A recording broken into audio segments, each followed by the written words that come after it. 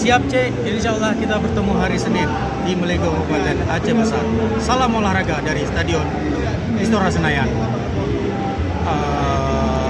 Tiongkok Selatan. Terima kasih Bung Dedi, sudah saya terima informasi yang akurat untuk hari Senin. Semoga saja Persiraja Banda Aceh malam ini akan menang dengan banyak gol. Ya, salam untuk Dek Faisal. Jangan lama-lama di Tiongkok Selatan karena masih ada orang yang menunggu di Bandara Hang Nadim. Ya, berakhir sudah tadi babak pertama antara Persiraja Banda Aceh melawan PS Pekanbaru. Mana guys? Al-Hasib tu. الحلقة لبسنا يا جماعة. لأين أنت؟ واحد مرحبا. الحمد لله. وحنا في حاجة لمطالع الاستاديوم العائلة حبيبي العائلة في القطارية. السلام عليكم ورحمة الله وبركاته. Bagaimana kejalanan? Wamakali innaka makali. Bahasa semua ni.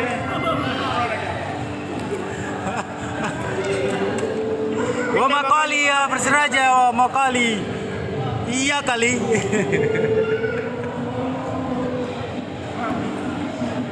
Wih, berapa mohon ke?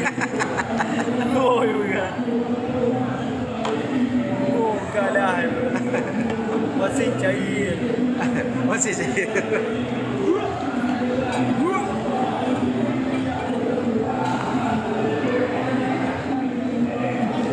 Tidak kostum apa? Kostum main bola.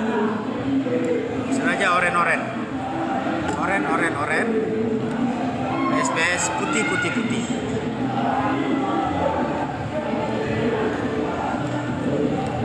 Beliau kopi.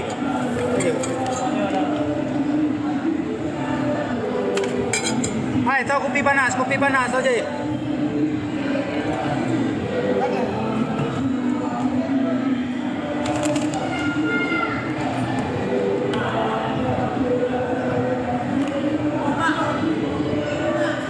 Kopi panas, tukang rokok.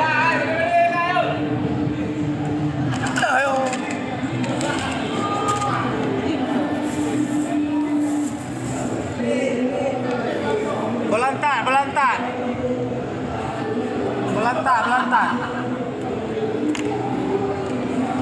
Main dah juga. Ada ni. Oh, dah rekod dah.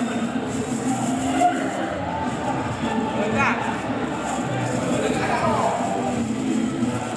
Jalan dia.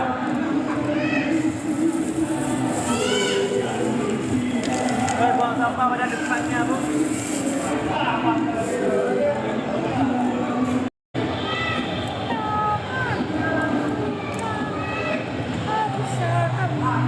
Nak baca lo menang pulih kan. Serahlah ke depan. Ke depan boleh.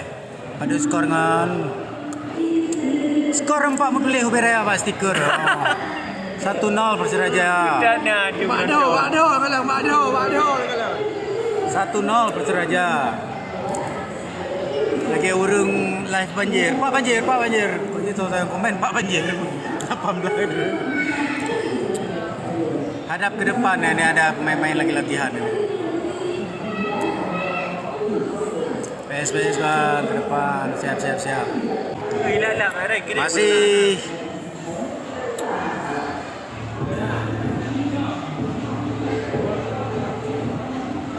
break babak pertama.